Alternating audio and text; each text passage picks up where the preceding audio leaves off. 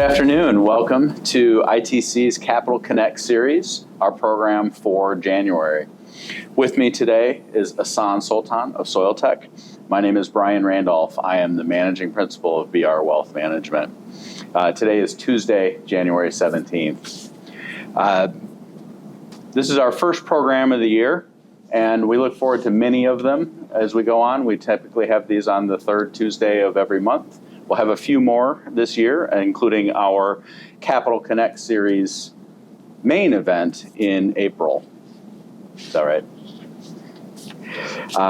First, as always, we'd like to thank our presenting sponsors, Alturas, Idaho First Bank, and Wilson Sonsini, and our supporting sponsors, BR Wealth Management, Deloitte, KeyBank, Perkins Coie, and St. Luke's. A quick note, our next series will be February 21st, featuring Travis Hawks, the managing partner at Capital 11. You can find more information on the ITC website. ITC will also be hosting Vision 2023 from Valiant Productions this Thursday, January 19th, and we'll feature the release of the new Idaho Knowledge Report. Again, visit the ITC website for more information. As I mentioned before, I am joined today by Ehsan Soltan of Soiltech. He's the founder and CEO. Thank you. Thank you for being here. Thank you for having me. Why don't you, by way of introduction, tell us a little bit about yourself, talk about your bio, the formation of the company, and what you do. Sure. My background's actually not in agriculture, despite that being the market that we serve now. My background's in technology and manufacturing. I'm fortunate that my mother-in-law works in the agriculture industry, and that's the reason I got into this business. I went to a harvest meeting with her one year, and for context, I was living in Taiwan at the time, and I would regularly come to Idaho to meet with my wife's family, and she took me to a harvest meeting. And at these meetings, it's when Idaho potato growers get together. They sit in a room, there's a conference where they kind of debrief on the year. They talk about what went right, what went wrong, what the harvest looks like. And they have seminars with kind of industry professionals and academic professionals.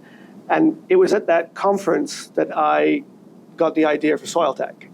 I listened to a lot of farmers, consultants, advisors, agronomists, people within the agriculture industry, and I listened primarily to their complaints about the available technology for farms. They complained that there was a lot of products out there, but they didn't really serve their needs directly. So that's what led to the creation of Soiltech. Fantastic. So tell us a little bit more about the actual product. Sure. Soiltech develops sensors and software platforms to help farmers and their downstream partners manage their operations. It's a tool to help them make decisions. So we have a wireless sensor that gets buried in the ground, and then an analytics platform that delivers information from that sensor to help them drive decisions, whether it's around how to irrigate, when to apply fertilizer, or how to manage their manpower. Oh, fantastic. I think it's a perfect meld of things Idaho, the technology environment that we have here, as well as our long-standing history in agriculture. Very good. Very good. You talked a bit about how you came up with the idea and that you were in technology. Go back into your background on the tech side. Tell us what you were doing, that kind of thing. Why were you in Taiwan? Sure. Well, Taiwan is one of the best places in the world to develop and manufacture technology and various different products. And our family has a history of living there. And we help other companies build products. So for those that have an idea or they want to take a small production run to mass production, we're a company that helps facilitate that, or we were a company that helped facilitate that. So we would interface with a lot of different parts of the supply chain, bring them together and help the product come to reality. So that was really an advantage that I had in founding Soiltech. More often than not, the challenge is how to build a product. For us, we had that, not totally in step, but kind of. So the challenge for me was in kind of learning about the customer and what they needed, and really more broadly about agriculture. So I was based in Taiwan for 10 years, and I ended up moving from Taiwan to southern Idaho, close to American Falls, Massacre Rock. Okay. And that's how I developed the product, by visiting farmers every day and living with them essentially, and having them tell me what they wanted out of a technology solution. Yeah, that's fantastic. I think all too often we find a technology and then try to find a market for it. You came, in my mind, a more direct path. If you saw the problem and then created an answer to solve it. So what was the process like going from idea to actual product? Like what was the time frame? You had this idea from the harvest meeting, but you have this entrepreneurial and kind of manufacturer and process background. Tell me a little bit, what was your time frame to get a product together, a prototype? So we started developing the idea in 2018. And as I mentioned earlier, I moved from Taiwan to southern Idaho, and I just sat with the farmer to get a sense of what they needed, what they wanted a product to look like, how they wanted it to perform, and how they wanted it to cost, for it to be something they would invest their time and money into. And then we had a few technical challenges to face for it to become a reality. So we have a wireless product. It uses cellular technology. And the first challenge was, can we build a sensor that can live under the soil and transmit that information wirelessly? So we built some handmade prototypes, put in a cellular chip, and put it under the ground in Oakley, Idaho. Okay. And tried to see if that would transmit the data back to the cloud. And it did. That was really the first step, because without that, we wouldn't be improving on incumbent solutions. And from there, we continue to work with the farmers and ask them, okay, so what do you need to see? And they replied many different things. I want to see the moisture of the soil to understand how can I optimize irrigation. I want to see temperature trends that will lead me to decide how and when I plant and harvest my crop. So it was an ongoing kind of consultation with the growers, and they were very, very generous with their time and very frank. They told us exactly what would be right, and they told us exactly what we were doing wrong. So we think that we had a shortcut to minimum viable product, because the ultimate customer was defining the product for us. How did you refine or prioritize those different features? I mean, you can't listen to all of the feedback. Certainly water in this state is a big deal. So I could see that being a priority. You don't want to overwater or underwater versus fertilizer levels. How did you prioritize those things? What are the features, or what new features are you coming out with? Or do you do all things at a base level just to start? Well, I keep repeating this, and I probably will throughout the discussion, but it was just listening to the customers. If they told us that they needed it and we saw a common request, we would go to great lengths to try to incorporate that feature. But you're right, you don't want to put everything into a product, because if you overwhelm a device or a service with too many features, then everything else gets watered down and people can't find what they need. So we were very careful not to put too much, but rather just put in exactly what the customers told us. So what we have today is a wireless moisture, temperature, humidity, GPS location, and crop damage sensor. Perfect. When I say crop damage, I mean that our device gets harvested and we measure impacts that occur throughout that process. That was next question. Really, is I assume this is a device that's planted along with the crop and then remains in the ground through harvest, and then it sounds like even a little after harvest. Is that correct? Yeah. Well, the device after harvest gets loaded onto a truck. We'll follow it with GPS until it's going into long-term storage or to a processing plant. So we've created a solution that operates throughout the whole life cycle of a crop, which doesn't exist or didn't exist to that date. So not only are we helping farmers in the field, we're helping them pre and post harvest, and we're also then helping wider initiatives that have an eye on sustainability and traceability. Very good. Very good. Is that kind of answered this question, but short term, are those kind of the next steps for you? Is to look at that? Yeah, short term is to continue to deliver value to our core customers, the growers, and more long term, and simply as a result of delivering value to farmers, we're starting to attract attention from those downstream. So I mean, advisors, processors, cooperatives, all those that work with the farmer to grow the crop and do various things with it, market it, sell it, process it. And what we're doing now is building more software features to help data be collected more seamlessly from the farm gate and transmitted right the way through down the chain. Farmers have an overwhelming pressure to collect and provide data. It requires a lot of their time and effort. And often it's not for their benefit, but for everybody else's, the consumers, the processors. So we're going to great lengths to make that process easier for them. And this benefits everybody, the farmer and then the processor who needs the information. Very good. Very good. Again, you've had a tremendous ramp up, tremendous success, product development, a great idea, a great implementation, but it can't all be perfect. Tell me a little bit about some of the mistakes you've made along the way, mostly for the benefit of other founders. I mean, surely not everything was easy. I don't want to say that, and I know it's been a difficult track, but tell me a little bit about pitfalls or something that you wish you could go back and do over. I think one thing I'd do over is start hiring earlier. And that's always a catch-22 for a startup because you have to conserve resources. But the problem is I ended up doing a lot of things that weren't driving a lot of value for the company, but that had to get done.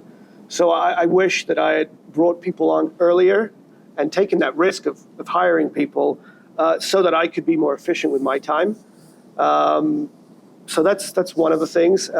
Another thing is not to underestimate regionality. So in agriculture, wherever you go throughout the country or the world, although you're growing the same crop, the practices can be different, the conditions can be different, and I think that conveying that in our messaging would have been to our benefit because you can end up alienating customers on the other side of the country if you just put very Idaho-specific messaging. So I think having a better understanding of the broad market would have served us well.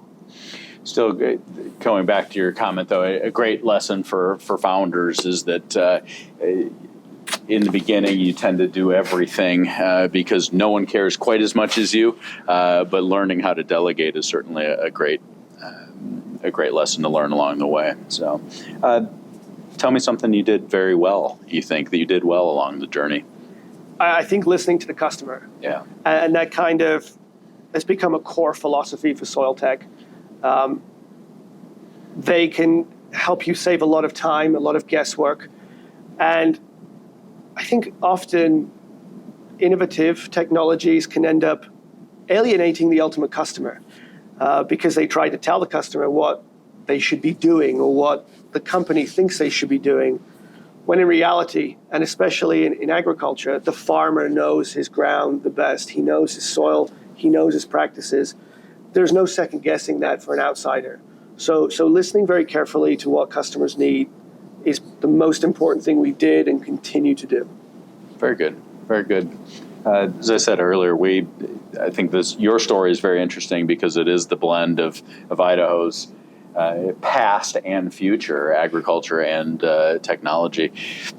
Now's the opportunity to ask the community, what can the community do to help support you and your firm as it grows? What I'd like to see, and not just for the benefit of Soiltech, but I think for Idaho more broadly, is for us to come together to develop an ag technology hub, an ecosystem centered around solutions for farmers and processors and their downstream partners. So much of Idaho is built around agriculture, and I think we have a great market here to develop a product, test the product, fund the product, and I think that could really help put Idaho on the map in terms of production of technology. I mean, we have huge scale companies like Micron, and that's amazing. I think we can also start from the soil, from the ground, from agriculture.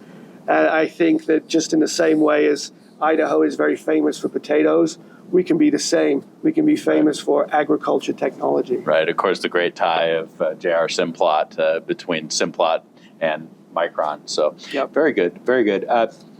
This is a series based on capital. So tell us a little bit about where you're at. Obviously, you bootstrapped to begin. Where are you in the fundraising cycle? And are you currently fundraising? Good questions. We recently raised a round of financing in the summer of 2022. Okay. That was our seed round. But before that, the first money we ever raised was from farmers, and we're really proud of that.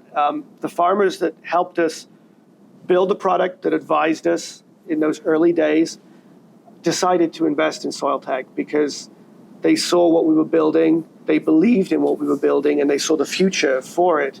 And they are our first investors. They're our closest advisors to this date. And we're, as I said, really proud of that fact. And that helped us gain a lot of trust in the market because the farmers weren't just buying our product, but they were investing in it. And that gave a lot of comfort to potential customers. It's not easy to sell technology to anybody. And from our experience, farmers are not tech agnostic, they're tech impatient. They want to know, okay, this is going to work for me. I want to see that it's worked for somebody else. Sure. So raising that capital from growers initially has been a blessing for us. And then, yes, in 2022, we raised a seed round. We worked with more institutional capital. We kept it local, or regional, I should say, from Idaho and the Midwest, areas of the country that understand agriculture very well. They understand our vision.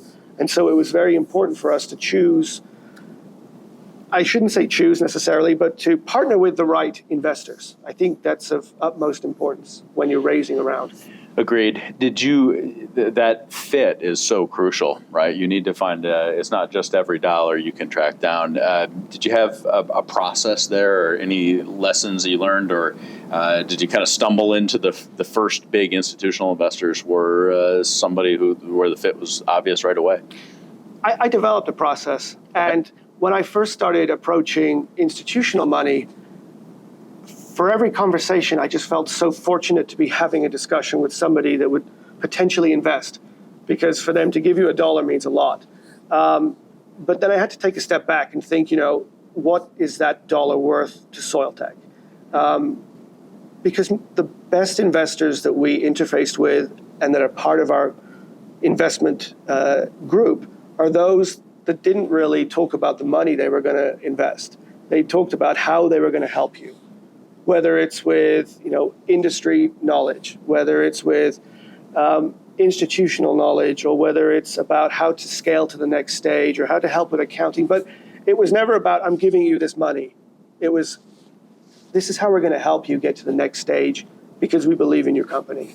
So yeah, it's super important to select the investors because they end up being partners with you for the long haul. Couldn't agree more. So, your ownership structure, solo owner, your board. Talk about people who supported you along the way. People who are integral in the company itself. Sure. So I am a solo founder, but only kind of on paper. I think that I founded the company together with those 3 farmers that invested in Soiltech. We couldn't have done it without them. So. Solo founder, but we've now built out a board after taking more, institutional money. Sure. And we've got a board member that really helps drive the financial discussions, input there, because I've never gone through the process of raising money before. There's a lot of unknowns. Raising money is a game. You need to know the rules. You need to know how to benefit from the various different stages. So it's great to have that kind of board member together with us.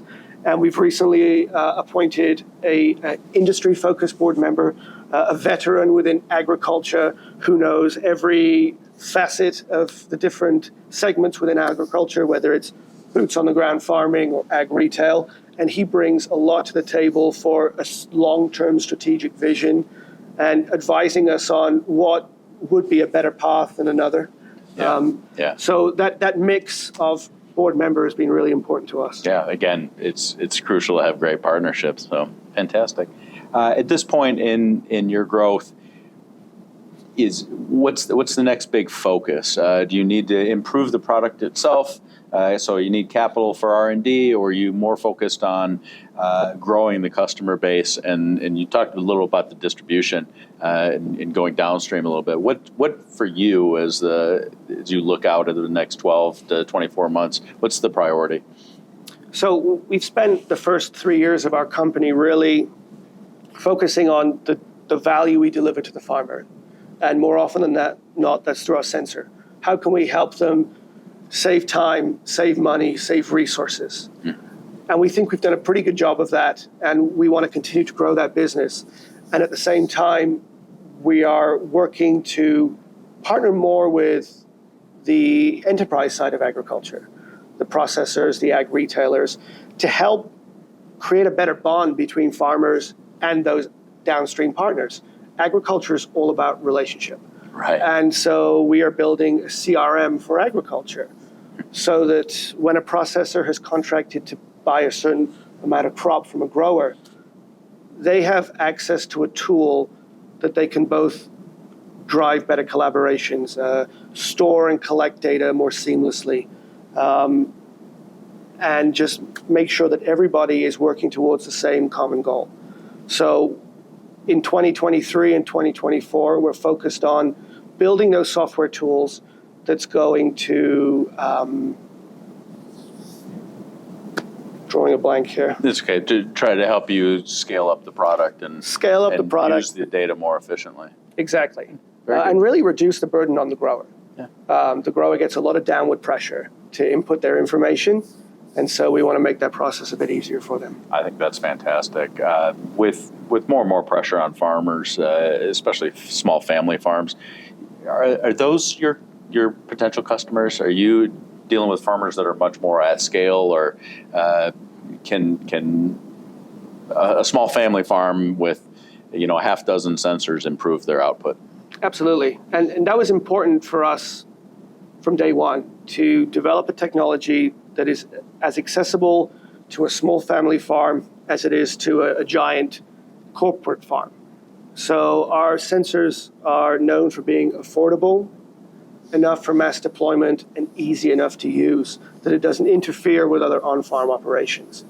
So yeah, we serve the small growers just as well as we do the big growers and corporations beyond. Good. And are they organic if I eat one? If you can eat one, then yeah, we'll call it organic. Fair enough. Well, thank you very much for your time. Anything else you'd like to add? I'd like to thank Idaho and its farmers for their support in helping Soiltech build to this day. We couldn't do it without you. It's a great place to run a business. We've had such strong support from farmers, I think because we're helping to solve a problem for them. So thanks to you, Idaho farmers, and farmers beyond, of course. Absolutely. But Idaho's a special place. Absolutely. All right. Well, thank you very much for joining us. Thank you. Again, a quick reminder, our next Capital Connect series will be with Travis Hawks of Capital 11, February 21st. Thank you all very much. Have a good day.